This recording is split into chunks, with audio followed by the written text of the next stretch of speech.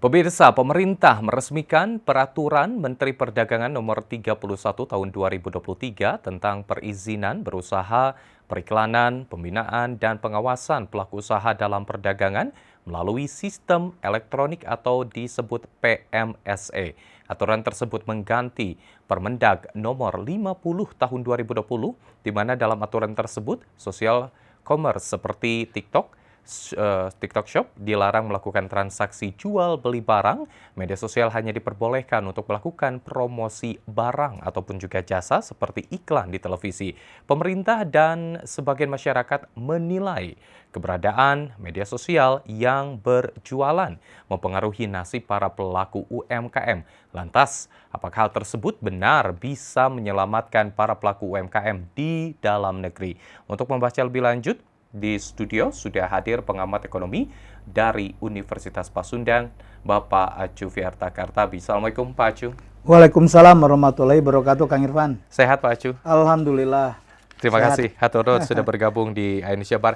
Pak Acu, sebelum kita melihat pelarangan yang akhirnya juga keluar dilakukan oleh pemerintah, melihat bahwa sudah ada proses yang cukup panjang sebetulnya melihat pola perilaku masyarakat berbelanja dari konvensional ke digital. Seperti apa fenomena ini yang sebetulnya sudah cukup lama, namun saat ini apakah memang dirasakan sangat meresahkan seperti itu Pak Acu? Ya, sebagai salah satu media pemasaran yang bersinergi ya dengan media sosial, saya kira sangat menjanjikan sekali sebenarnya. Oleh karena kan pengguna media sosial sangat banyak dan terus berkembang. Jadi apapun yang di-endorse melalui media sosial, saya kira dampaknya kepada seluruh masyarakat itu akan lebih cepat gitu. Nah, sebelumnya memang perdagangan melalui media sosial kan dilakukan parsial oleh para pengguna ya. Dan tentu saya kira konsumen juga tahu bahwa pengguna media sosial yang melihat iklan ya pemasaran melalui media sosial ya selama ini kan sifatnya pribadi gitu, hanya menggunakan media sosial.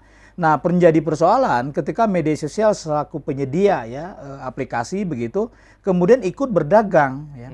Nah, ikut berdagang itu tentu memang mereka melihat ada peluang bisnis yang sangat besar dari para pengguna, kemudian juga ada potensi ya transaksi di situ, tinggal mensinergikan dengan aplikasi e-commerce begitu. Nah, tapi menjadi persoalan bahwa kita harus melihat bahwa barang yang diperdagangkan di dalam social commerce itu sumbernya dari mana gitu ya. Nah, ini yang selama ini kemudian menjadi banyak pertanyaan, kenapa di social commerce itu penjualannya harga barangnya sangat murah sekali ya. Ya tentu kita semua tahu Kang Irfan bahwa mereka memotong mata rantai, misalkan tidak perlu lagi gudang, mungkin mengimpor langsung ya. Mungkin juga di situ hanya mempertemukan penjual dan pembeli begitu ya.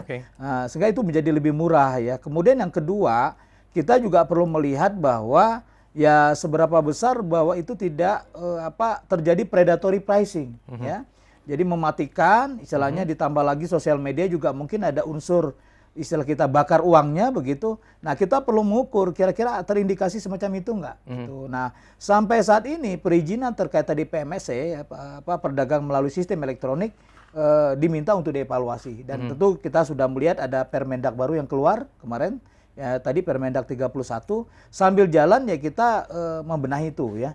Di sisi lain juga kan sekarang sudah ada pelarangan bahwa impor terkait barang yang diperdagangkan di e-commerce itu tidak boleh kurang dari 1,5 juta nilainya.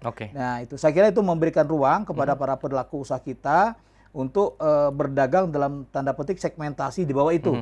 Ya tentu, gitu Kang Irwan. Ini memang kita kalau melihat fakta banyaknya para pengusaha secara real seperti itu banyak yang gulung tikar karena memang adanya perdagangan secara langsung dari produsen ke konsumen akhir melalui media sosial ini. Nah, apakah ini pemerintah dalam tanda kutip ini kecolongan melihat hal ini, Pak? Saya kira salah satu faktor ya boleh dikatakan kecolongan Kang Irfan. Karena apa? Apalagi itu menyangkut barang impor, ya berarti kan kita hanya sebagai konsumen, tentu nilai tambah ekonominya pun menjadi sangat berkurang. Mungkin dalam tanda petik devisa kita pun banyak lari keluar jadinya, gitu. Nah, di sisi lain saya kira pedagang perantara, distributor atau mitra lah strategis di dalam negeri itu perannya semakin kecil begitu. Padahal kita menikmati ya misalkan di situ ada tenaga kerja ya, kemudian ada logistik ya, kemudian juga ada promosi dan sebagainya, termasuk sewa menyewa. terkait dengan objek perdagangan offline Ya. kan, pusat-pusat perbelanjaan. Itu menjadi hilang karena model bisnis yang berkembang adalah ya produsen dari negara importir langsung melalui social commerce itu langsung berdagang dan dibeli oleh konsumen kita, dan mereka sangat melihat market size kita sangat besar, Kang Irfan, ya.